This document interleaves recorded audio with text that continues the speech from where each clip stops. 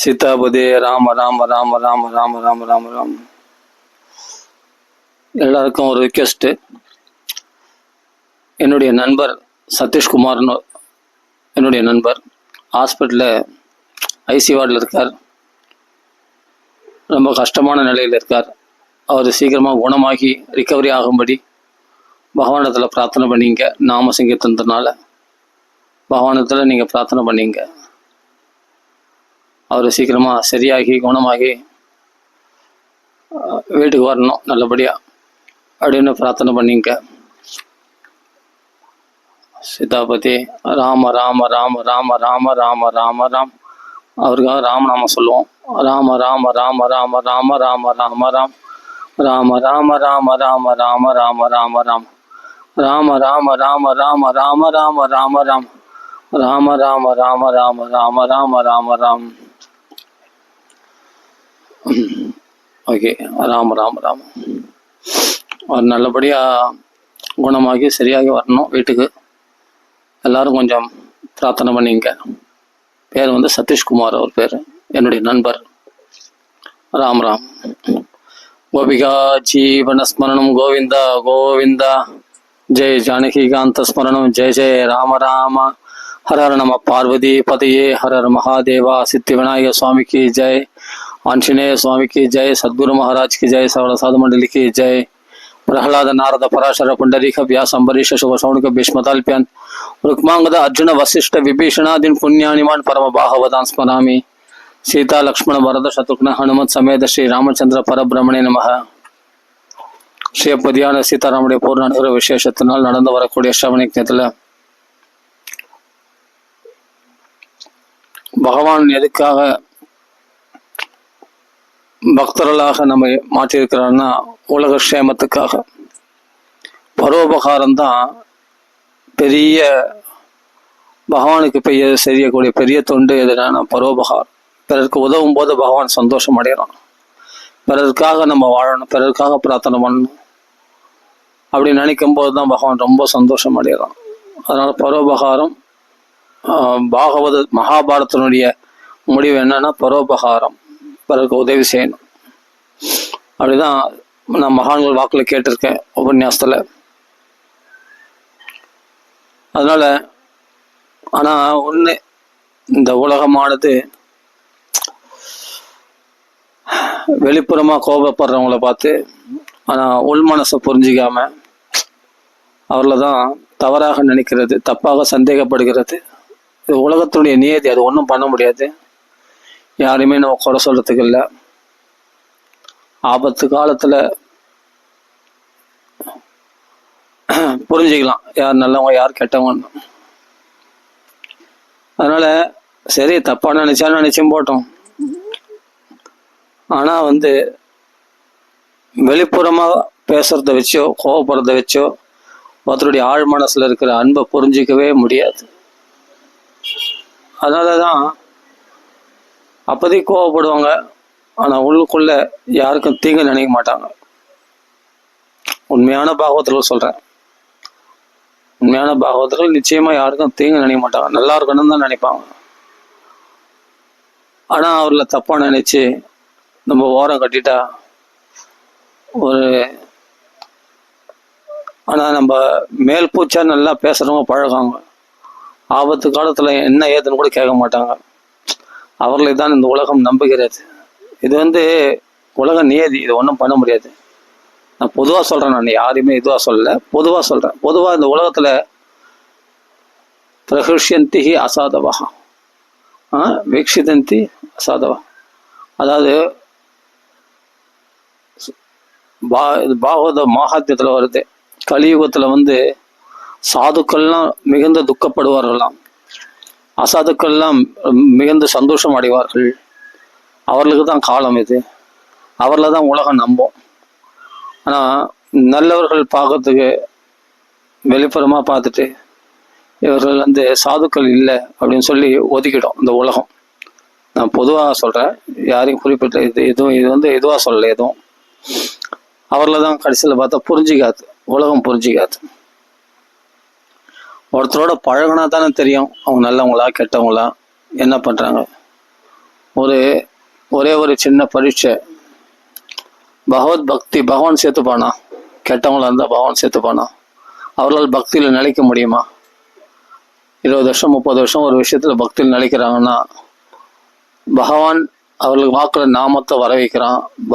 பாகவதம் படிக்கிறாங்க. பகவத் விஷயத்துல என்ன, பகவானுக்கு பிரியம் உள்ளவர்கள் இல்லாம எப்படி இதெல்லாம் நடக்கும்? அது முதல் புரிஞ்சுக்கணும். ஏன்னா மனுஷனை நம்பக்கூடாது. மனுஷன் இன்னைக்கு நல்லவன் சொல்லுவான், அவர் ரொம்ப நல்லவருப்பா அவர், ஏன்னா அவனுக்கு உதவி செய்திருப்பான். உதவி செய்யறதை வச்சு அவனை நல்லவன் சொல்லிட்டாங்க. ஓகே, அவனுக்கு நல்லவன், உலகத்துக்கு எப்படியோ தெரியாது. இப்போ கர்ணனுக்கு துரியோதனன் நல்லவன், ஆனா உலகத்துக்கு அவன் எப்படின்னு எல்லாருக்கும் தெரியும் இல்லையா? அது மாதிரி அப்போ பகவானுக்கு பிரியமுள்ளவனா வாழ்றதுதான் உண்மையான நல்லவன். அவன் தான் உண்மையான சாத்து இல்லையா? பகவானுக்கு பிரியம் இல்லைன்னா எப்படியா அவர்கள் பாகவத தர்மத்தில் நினைச்சு நிற்க முடியும் இல்லையா? இருக்கு இல்லையா? அதெல்லாம் விஷயம். அதான் சொல்றேனே, வெளிப்புறமா பார்த்து மனுஷன் முகத்தை பார்ப்பான், தேவன் ஹிருதயத்தை பார்ப்பார் அப்படின்னு பைபிள் ஒரு வார்த்தை இருக்கு. நான் இதெல்லாம் எதுக்கு பேசுறேன்னு எனக்கே தெரியல. ஏதோ ஒன்று சொல்லணும்னு தோணுச்சு, சொல்றேன், பொதுவாக சொல்றேன். ஆனா கௌரவ படத்துல சொல்றாரு Sivaji, this is not place for sentiment அப்படின்னு கோர்ட்ல சொல்லுவாரு. அது மாதிரி சென்டிமெண்டா பேசுறதுக்கான வரல, பாகவத தர்மத்தை பேச தான் வந்திருக்கேன். இருந்தாலும் உலகம் அப்படி இருக்குன்றதா சொல்ல வரேன். உலகம் கெட்டவங்களை தான் நம்புது, நல்லவங்கள சாதுக்கள் பக்தர்களை ரொம்ப உதாசீனப்படுத்துறது. இதுதான் உலகமா இருக்கு. சரி, அது போகட்டும். ஆனா உண்மையான பக்தர்கள் யாரையும் உதாசீனப்படுத்த மாட்டாங்க. சும்மா மேலோட்டமா கோவப்படுவாங்களே தவிர உண்மையிலேயே யாரையும் வெறுக்க மாட்டாங்க. அதான் உண்மையான பக்த லட்சணம். நீங்க வேணா பாருங்க, இந்த ஹரே கிருஷ்ணா இந்த பகவான் நாமத்தை சொல்றவங்கள பாருங்களேன், நல்லா சுறுசுறுப்பா இருப்பாங்க. நல்லா பகவான் நாமா சொல்றவங்க பார்த்தா ரொம்ப சுறுசுறுப்பா இருப்பாங்க. அதே சமயத்தில் திடீர்னு பார்த்தா அவங்களுக்கு கஷ்டம் வந்துச்சுன்னா திடீர்னு அழுவாங்க, அப்படியே புலம்புவாங்க, டக்குன்னு அழுவாங்க. 10 நிமிஷம் பார்த்தா சமாதானம் ஆயிடுவாங்க. அவங்க மனசுல அந்த சோகமானது தக்கி நிற்காது. கன்னத்துல கை வச்சு உட்காந்த நாளே இருக்காது. கஷ்டம் வரும், பெரிய கஷ்டம் வந்துடும், துடிப்பாங்க, நெளிவாங்க. அடுத்த நிமிஷம் எல்லாத்தையும் மறந்துட்டு அவங்க வேலையை பார்ப்பாங்க. அது எப்படின்னா அதான் கிருஷ்ணனுடைய கிருபை. அந்த ஹரே கிருஷ்ணா நாமா சொல்றோம் இல்லையா, அந்த நாம மனசுல எதையுமே பிறர் பழி வாங்கணுன்ற எண்ணமோ இல்லைக்காட்டி அதே சமயத்துல ஒரு கவல்ல சோர்ந்து போறதோ அதெல்லாம் மனசுல தக்கி நிற்காது. ஆனா அவருக்கு எப்போ பார்த்தா சுறுசுறுப்பா எல்லா வேலைகளையும் செய்வாங்க, எல்லாம் பண்ணுவாங்க. அந்த பட்டுதல் இருக்காது. அவர் எதுக்குமே வருத்தப்பட்டு கணத்துல கை வச்சு உட்காந்த நாளே இருக்காது. எங்கேயாவது ஓடின்னு இருப்பாங்க, சுறுசுறுப்பா எதையாவது ஒன்று செய்துன்னு இருப்பாங்க, எதாவது பண்ணிருப்பாங்க. கஷ்டம் வரும், துன்பங்கள் வரும். ஆனா உடம்புல வியாதிகள் வந்தா கூட அதை பெருசா பொருட்படுத்த மாட்டாங்க. அதெல்லாம் தூக்கி தட்டிட்டு அவங்க பாட்டுக்கு நாமா சொல்லிட்டு அவங்க பாட்டுக்கு என்னன்னா பகவத் சேவையில பூர்ணமா ஈடுபட்டுன்னு போயினே இருப்பாங்க. அவங்க பாட்டுக்கு அவங்களுக்கு ஒரு பொறுப்பு இது அதெல்லாம் கிடையாது. அதாவது அப்பப்போ என்னென்ன நடக்குதோ பகவான் பார்த்துக்கிறான் வாழ்க்கையை அப்படின்ட்டு போயினே இருப்பாங்க. அவ்வளோதான், எல்லாத்தையும் மறந்துடுவாங்க. இவங்களை தலைமையில தூக்கி வச்சு கொண்டாடணும்னு ஒருத்தர் கிடையாது. அதே சமயத்தில் இவங்களை அவமதிக்கணுன்ற எண்ணமும் கிடையாது. ரெண்டுத்தையுமே அவங்க சமமா இருப்பாங்க. சமமா என்ன பண்ணுவாங்க, அவங்க பாட்டுக்கு எல்லாத்தையும் மனுஷன் போயிடுவாங்க. சாதாரணமா பேசுவாங்க, ஒண்ணுமே நடக்காத மாதிரி பேசுவாங்க. அவங்க இவன் தான் நம்மளை அவமதிச்சான் அப்படின்னா அடுத்த நிமிஷம் நல்லா பேசுவாங்க. அவங்கள பகவான் நாமா சொல்றவங்களுக்கு அந்த அளவுக்கு மனசு பரிசுத்தமா இருக்குன்னு சொல்ல வரேன், வேற ஒண்ணும் இல்லை. கவலைகளை தோண்டு விழ மாட்டாங்க. அதே மாதிரி எதுனா கஷ்டம் வந்துச்சுன்னா கூட அப்போதைக்கு அழுவாங்க, அப்படியே துடிப்பாங்க, எல்லாம் பண்ணுவாங்க. அடுத்த நிமிஷம் எல்லாத்தையும் மாத்திட்டு சமாதானம் நல்லா பேசுவாங்க சகஜமா.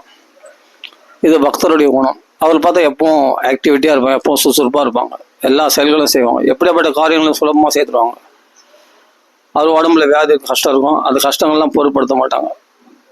அந்த வியாதிகள்லாம் இவங்களை பார்த்து பயவிடும், நம்ம ஒன்றும் பண்ண முடியல வேணான்னு அவர்களுக்கு. ஏன்னா அதுதான் பகவன் நாமா சொல்றவங்களுக்கு என்னைக்கும் சுறுசுறுப்பா இருப்பாங்க. அத கால சமாதிஷ்ட ஜராயுஷ்மன் பாதிது, வயோதிகம் பாதிக்காது, நோய்களால் பாதிக்கப்பட மாட்டார்கள், கவலைகள் பாதிக்காது, மரணமே பாதிக்காது. போதுமா, உயிர் பயமே அவங்களுக்கு கிடையாது, தைரியமா இருப்பாங்க பாட்டுக்கு. ஆனா அவர்கள் இருக்கிற வரைக்கும் அவர்கள் அண்டி இருக்கிறவங்களுக்கும் உயிர் போகாது. அவர்கள் சொல்கிற நாமாவே அவர்கள் நாமா சொல்கிறாங்களா, நாமா சொல்கிறவர்களால் யாரையும் காப்பாற்ற முடியும். அவள் இருக்கிற வரைக்கும் எவன் கிட்ட வர மாட்டான். அவர்கள் கூட இருந்தாவே ஹரே கிருஷ்ணா ஹரே கிருஷ்ணா கிருஷ்ணா ஹரே கிருஷ்ணா ராமநாமா சொல்கிறேன், எது வந்தாலும் சரி, ஏதோ ஒரு நாமம் பகவன் நாமத்தை ஹரே கிருஷ்ணா சொன்னா சரி, ஹரே ராமா சொன்னா சரி, ராமராமன் சொன்னா சரி, பகவன் நாமா சொல்கிற இடத்துல யம பயம் வராது.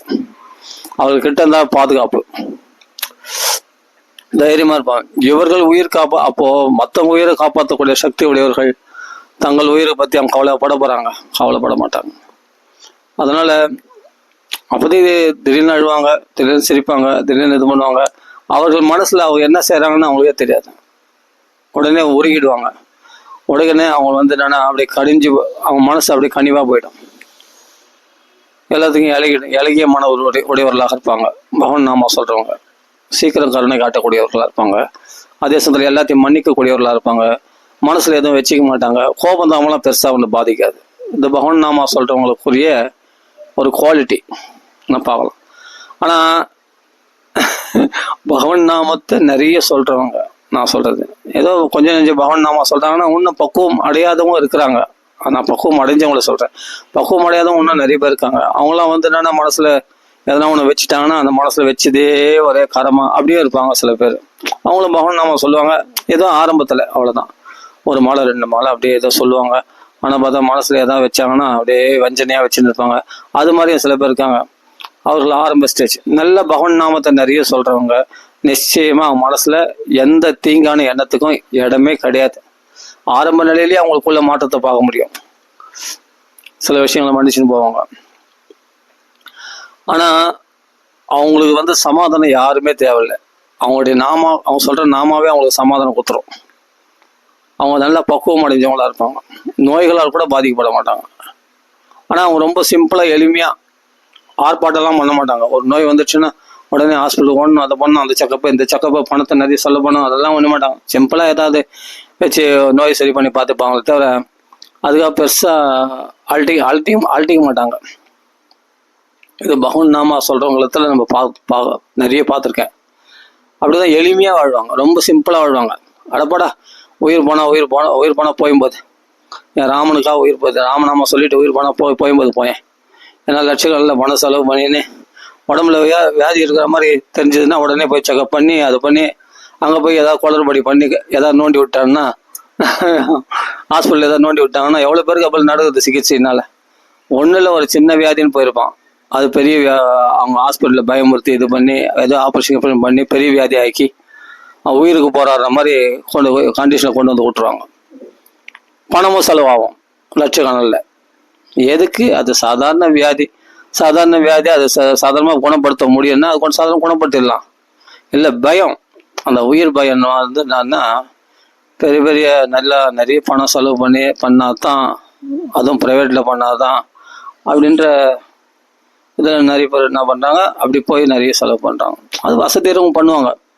ஆனால் பக்தர்கள் நிறைய பேர் பார்த்தா வசதி இல்லாதவங்களா தான் இருப்பாங்க. அவர் சிம்பிளாக ஏதாவது கவர்மெண்ட் ஹாஸ்பிட்டலில் பார்த்துப்பாங்க. இல்லைன்னா அவங்க பாட்டுக்கு ஏதாவது கை வைத்தியம்னு ஒன்று வச்சுருப்பாங்க. சில இதெல்லாம் இந்த மூலிகைலாம் அது மாதிரி எதனா சாப்பிட்டு விட்டு அவங்க பாட்டுக்கு நல்லா ஆரோக்கியமாக இருப்பாங்க. அவங்க வியாதிகள் இருக்கும், பாதிக்காது. அந்த வியாதிகளால் பாதிக்கப்படாமல் அவங்க பாட்டு ஜாலியாக நல்லா தெம்பாக இருப்பாங்க.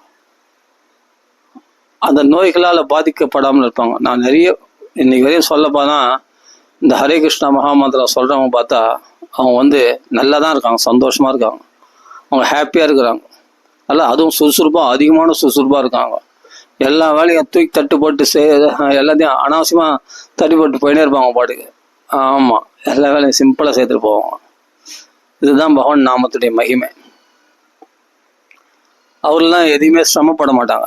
அக்லிஷ்டகாரினக பகவான் ராமருடைய பேரே அதுதான்.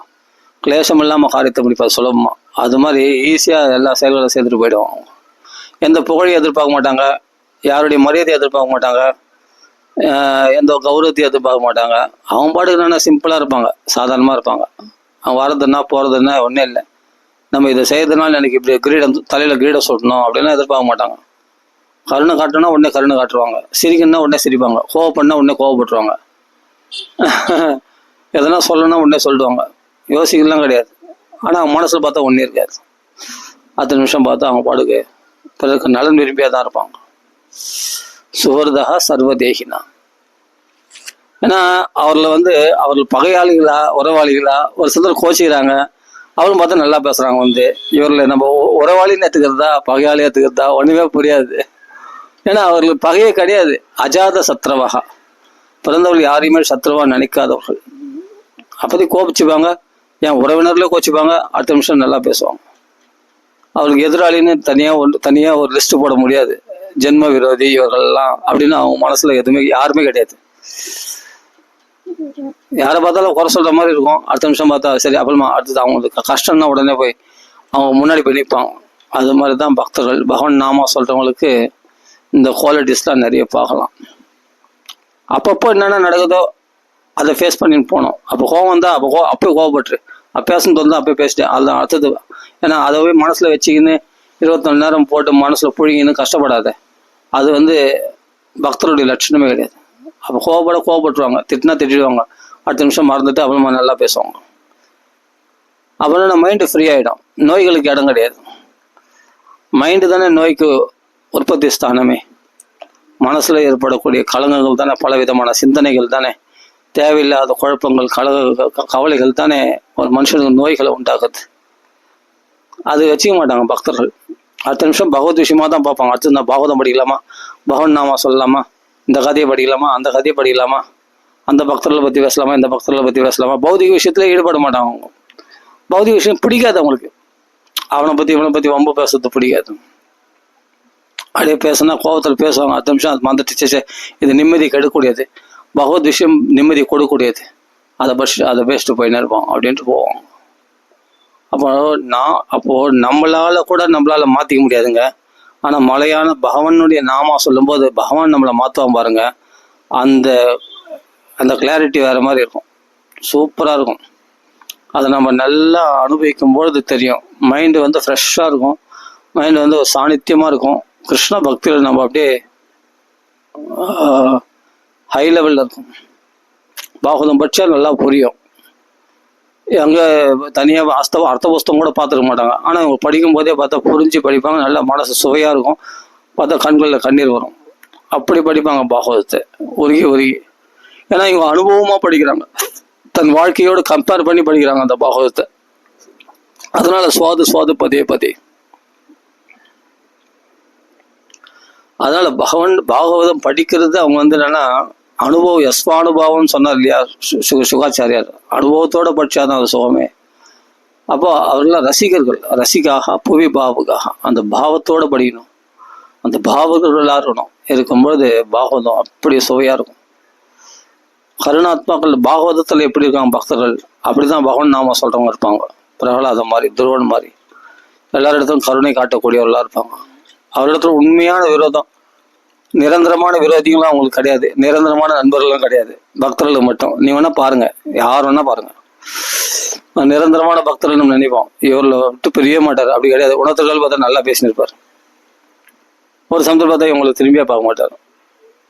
அவங்களாம் அப்படிதான். நிரந்தரமான உறவினர்கள் அவங்க கிடையாது, நிரந்தரமான நண்பர்களும் கிடையாது, நிரந்தரமான எதிரிகளும் கிடையாது. கோச்சியர்கள் சொல்லுவாங்க. நான் ஒரு மாதாஜி கேள்விப்பட்டிருக்கேன். அந்த மாதாஜி பார்த்தா கோபிச்சிருந்தாங்க ஒரு பக்தர் இடத்துல. கோச்சிட்டு சரி தட பேசவே மாட்டாங்க போல இருக்கு அப்படின்னு. அடுத்த நிமிஷம் பார்த்தா பிருந்தாவனத்தில் நல்லா பேசுறாங்க. அவங்களும் பிருந்தாவனவாசி, இவரும் பிருந்தாவனவாசி, 2 பேரும் நல்லா பேசுறாங்க.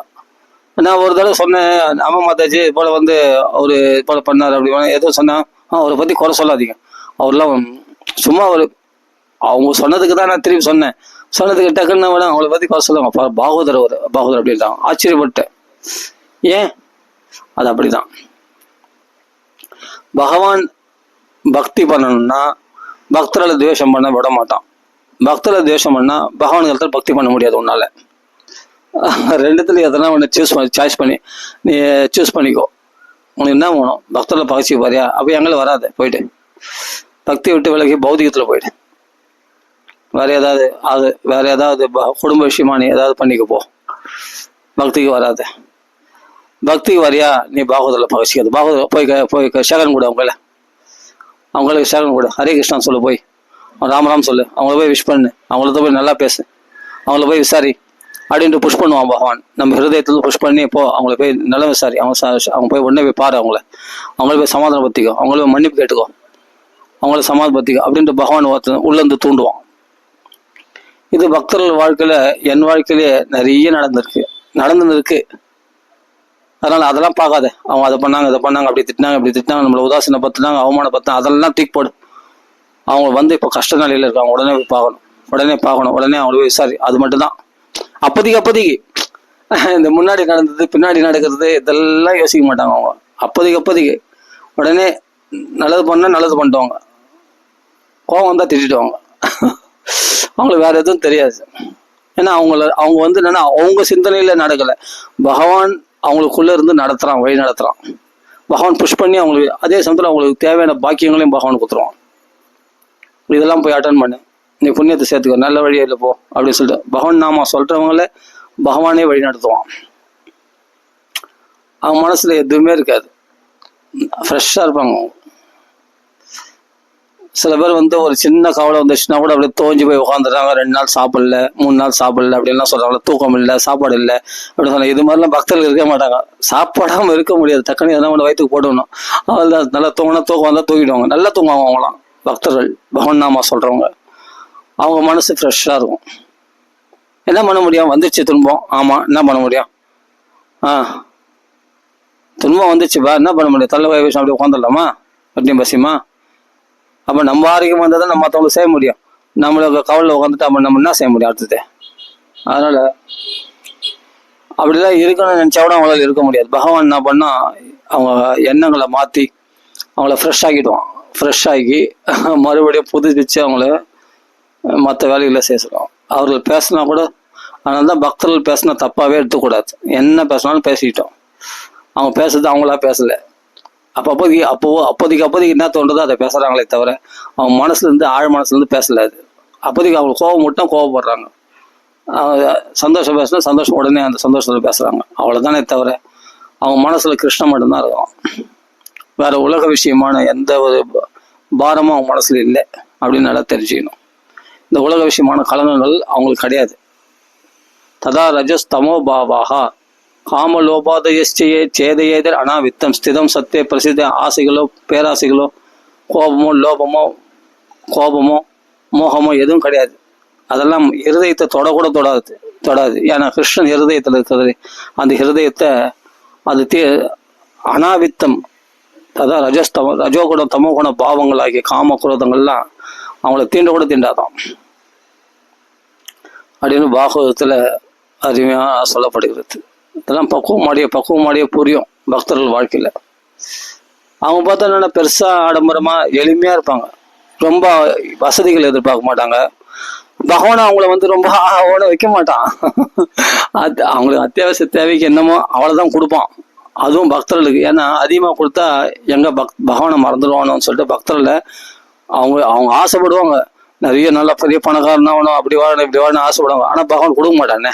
கொடுத்தாதான் நீ சொகுசா வாழத்துக்க அளவோட தான் கொடுப்பான். ஆட்டுக்கு வாழ அளந்து தான் வைப்பான்னு சொல்ற மாதிரி பக்தர்களுக்கு அளந்து தான் கொடுப்பான். மற்றவங்களுக்கு வேணா வாரி கொடுத்துருவான். ஒரு படத்துல ரஜினி சொல்லுவாரு, நிறைய கொடுப்பான் கை விட்டுருவான். ஆனா பக்தர்ல எல்லாம் பிடிங்கிடுவான், ஆனா பக்தனை கைவிட மாட்டான். பக்தர்கள் இருந்து எல்லாம் பிடிங்கிடுவான், ஆனா பக்தனை கைவிட மாட்டான் பகவான். இருக்கிறதையும் பிடிங்கிடுவான், ஆனா கைவிட மாட்டான் பகவான். இதுதான் பக்தர்களுடைய ஒரு வாழ்க்கையினுடைய நிதர்சனம். அவரெல்லாம் கள்ளங்கப்படம் இல்லாதவர்கள் பக்தர்கள்லாம். ஒரு குழந்தை மாதிரி. குழந்தை என்ன பண்ணும், அப்போது சிரிக்கும். திடீர்னு எதனா ஒரு பொருள் கொடுத்துட்டா இது பண்ண விளையாட காட்டினா நல்லா சிரிக்கும். அடுத்த நிமிஷம் என்ன பண்ண ஓன்னு அழும். ஒரு எறும்பு கட்சிச்சுனா கூட ஓன்னு அழும். அதான் தெரியும், அது மனசுல வச்சுக்க தெரியும். அடுத்த நிமிஷம் மறுபடியும் நீ சாக்லேட் கொடுத்தா நல்லா சிரிக்கும். அப்படிதான் பக்தர்களும். அப்போதைக்கு என்னென்ன சுச்சுவேஷன் இருக்கோ அதுக்கேற்ற மாதிரி நடந்துப்பாங்க. அதே மனசுல நினைச்சு இருக்க மாட்டாங்க. அதே மனசுல நினைச்சா அவங்களுக்கு பக்தி வராது. பக்திக்கு தடையா இருக்கும் தெரியும் அவங்களுக்கு. அதனால என்ன பண்ணுவாங்க, அந்த மற்றவங்க மனசை காயப்படுத்தினாங்க, துன்பப்படுத்தினாங்க அப்படின்னா அப்போதைக்கு நினைச்சு வருத்தப்படுவாங்க. அதை நினைச்சு சரி இத்தோட அவங்களோட பேசக்கூடாது அப்படின்னு நினைப்பாங்க. ஆனா அத்தனை நிமிஷம் நம்ம மறந்துட்டு நம்ம நல்லா பேசுவாங்க. சரி அப்படியே இருந்தா கூட அவங்க என்ன பண்ண பார்க்கும்போது பேசாம இருக்கிற மாதிரி முகத்தை திருப்பாங்க, எல்லாம் பண்ணுவாங்க. ஆனா அது உண்மையான கோபமா இருக்காது. அடுத்த நிமிஷம் ச்சே நம்ம ஏன்டா அப்படி இருக்கணும், அப்படி இருக்கக்கூடாது, நல்லா பேசணும் அப்படின்னு போயிடும். அவங்க பார்க்கும்போது அந்த இது தோணுமே தவிர அடுத்த நிமிஷம் மறந்துடுவாங்க. மறந்துட்டு அவங்க கூட பாகவத சிந்தனையில் ஏற்படுவாங்க. அதையே நினச்சின்னு இருக்க மாட்டாங்க. அந்த சுபாவம்லாம் இருக்காது. அதனால் பழி வாங்கணும், அது பண்ணணும், இது பண்ணணும், அதெல்லாம் கிடையாது. பழி வாங்கணும்னு நினைச்சா கூட பகவான் அவங்கள அப்படி நினைக்க விட மாட்டான். அவன் மனசுல அந்த எண்ணங்களை எடுத்து போட்டுருவான். எடுத்து போட்டு அவங்கள பாகவத்தில் தான் ஈடுபடுத்துவோம். இல்லாட்டி பாகவத்தில் பக்தி வராது. அப்போ பாகவத பக்தி தடையா இருக்குன்னு சொன்னா உடனே அது எது அப்படியேப்பட்ட பழி வாங்குற உணர்வு எல்லாமே பிறர் பத்தி காழ்ப்புணர்ச்சி எல்லாத்தையும் அவங்க முதல் தூக்கி விசிரிச்சுடுவாங்க. இதெல்லாம் குப்பை, தூக்கி போடுதெல்லாம் என் பக்திக்கு தடையா இருக்குதுன்னு சொல்லிட்டு உடனே எடுத்து போட்டு அவங்க பாடு பக்தி பண்ணுவாங்க. பாகவத்துல கிருஷ்ணா என்னை மன்னிச்சிக்கோ, உடனே அந்த பாகவத்துல மன்னிப்பு கேட்டு ஏதாவது பண்ணி அடுத்த நிமிஷம் என்னன்னா பக்தியில முன்னேற்றம் ஆடி தான் பார்ப்பாங்க. இதுதான் பக்தருடைய லட்சணமே. இதை புரிஞ்சுக்கணும். அதனால யாருக்கும் அமங்கலம் அம்ஸ்தாக, மனசால கூட தீங்கு நினைக்கக்கூடாது. பரதுக்க தஸ்து. ஆனா அந்த அப்படியேப்பட்ட பக்தர்களுக்கு ஏதாவது ஒரு சின்ன அபராதம் பண்ணிட்டா பகவான் மன்னிக்க மாட்டான். இவங்க மன்னிச்சுட்டு அவங்க பக்தர்கள் அதை மனசோட வச்சுக்க மாட்டாங்க. ஆனா பகவான் விட மாட்டான். அவர் மனசு காயப்படுத்தலாம். ஏன்னா பகவான் அல்லவா அவங்கள வழி நடத்துறான், அவங்கள ஆட்கொண்டு இருக்கிறான், அவங்களுக்கு நாக்களை நிரந்தரமா நாமா சொல்ல வைக்கிறான், அவங்களுக்கு எப்பொழுதும் பாகவத சிந்தனையிலே வச்சிருக்கான். பகவான் அல்லவா அவங்கள வழி நடத்துறான். அப்படியேப்பட்ட பாகவதரில் பகவான் கீழவே விட மாட்டான். அவர்களுக்கு ஒரு அவமதிச்சுட்டா அவர் எப்படியாப்பட்ட பெரிய பணக்காரனாலும் சரி, பெரிய கோட்டி சொன்னாலும் சரி, அடிபதலத்தை போய் விழுந்துருவான். அந்த பக்தர்கள் அவமதிச்சுட்டா இதெல்லாம் நேருக்கு நேராக நம்ம கண் கூட பார்க்கலாம். நடக்கிற விஷயம் இதெல்லாம். உலகத்துல நாம யாருக்கோ உழைச்சோம், கஷ்டப்பட்டோம். இன்னைக்கு நம்மளை காப்பாற்றிக்க முடியல. குடும்பத்தை காப்பாற்றணும்னு நினைக்கிறோம். கடைசியில் இன்னைக்கு நம்மளை காப்பாற்றிக்க முடியலையே. இதுலேருந்து நம்ம நிலைமை அப்போ எந்த நிலையில இருக்கு? நான் போய் குடும்பத்தை காப்பாற்றிடுவேன், நான் குடும்பத்தை வச்சுட்டேன், நான் குடும்பத்தை உயர்ந்த ஸ்டேட்டஸ் கொண்டு வந்துடுவேன் அப்படின்னு மனக்கோட்டை கட்டத்தில் வேஸ்ட், கால வரையும் தான். இன்னைக்கு சொல்றேன், அது மாதிரி எவ்வளோ பேர் கஷ்டப்படுறாங்க. நம்மையே நம்ம காப்பாற்றிக்க முடியாது. நாம் யார் மற்றவங்களை காப்பாற்றுறதுக்கு? நம்மை காப்பாற்றுவான் பகவான். நாமளே பரிதவிக்கக்கூடிய நிலையில தள்ளப்பட்டு இருக்கும் பொழுது நாம் மற்றவங்களை பற்றி பரிதாபப்பட வேண்டிய அவசியமே இல்லை. ஏன்னா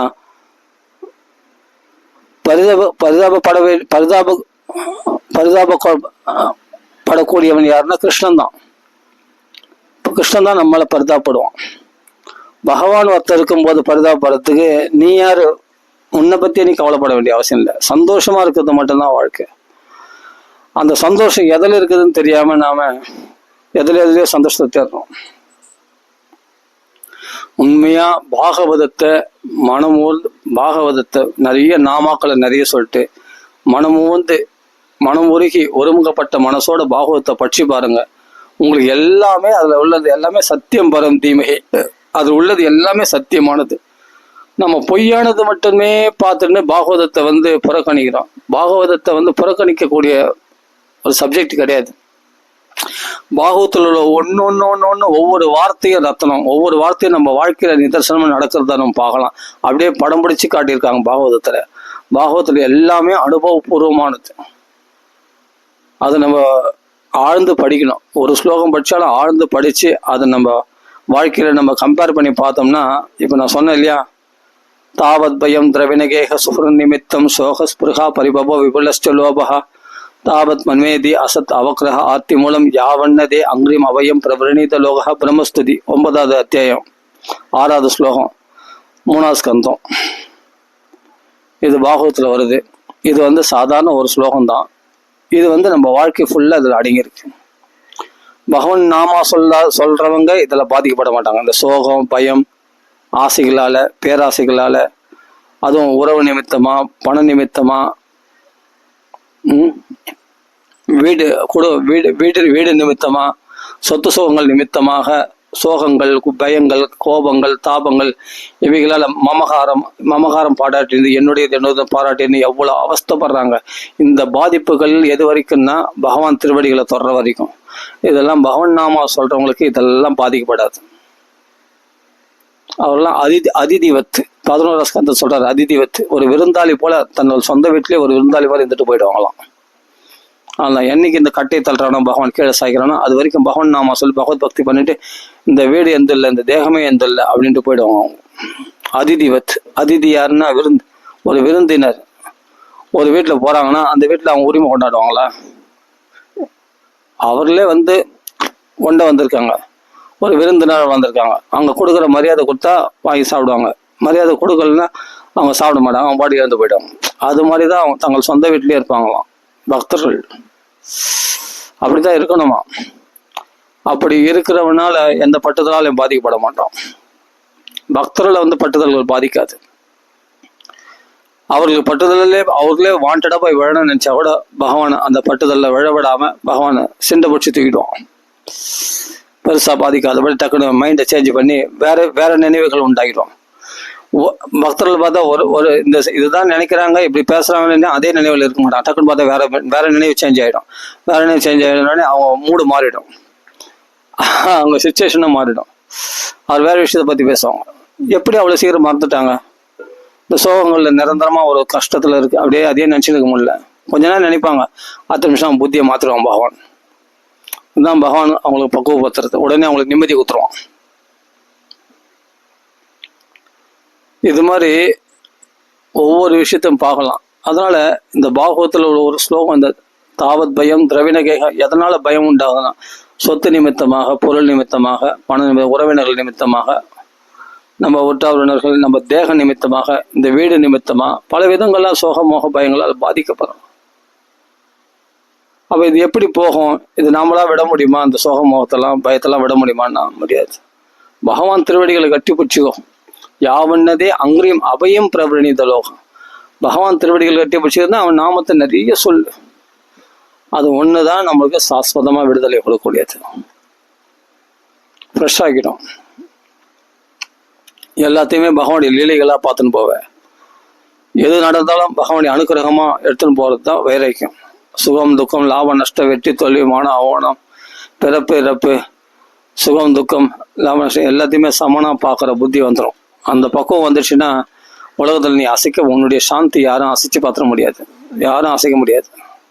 அப்படியேப்பட்ட ஒரு அனுபவம் உண்டாயிடும். சரி, ஏதோ நான் பேசணும்னு பேசிட்டேன். மொத்தம் என்னுடைய நண்பர் ஒருத்தர் சதீஷ்குமார்னு, இது போல ரொம்ப உடம்பு முடியாமல் இருக்கிறாரு, ஐசி வார்டில் இருக்கார். அவர் நார்மல் வார்டுக்கு திரும்பும்படியாக பிரார்த்தனை பண்ணுங்க. நார்மல் வார்டு திரும்ப மட்டும் இல்லை, நல்லபடியாக ரிக்கவரி ஆகி வீட்டுக்கே வந்துடணும், நல்லபடியாக சரியாகும்படி நீங்கள் பவனத்தில் பிரார்த்தனை பண்ணீங்க. ராம ராம ராம ராம ராம. ஸ்ரீ ராமநாம சிங்கத்திற்கு ஜெய். ஆஞ்சநேய சுவாமிக்கு ஜெய். ராம ராம ராம ராம ராம ராம ராம ராம.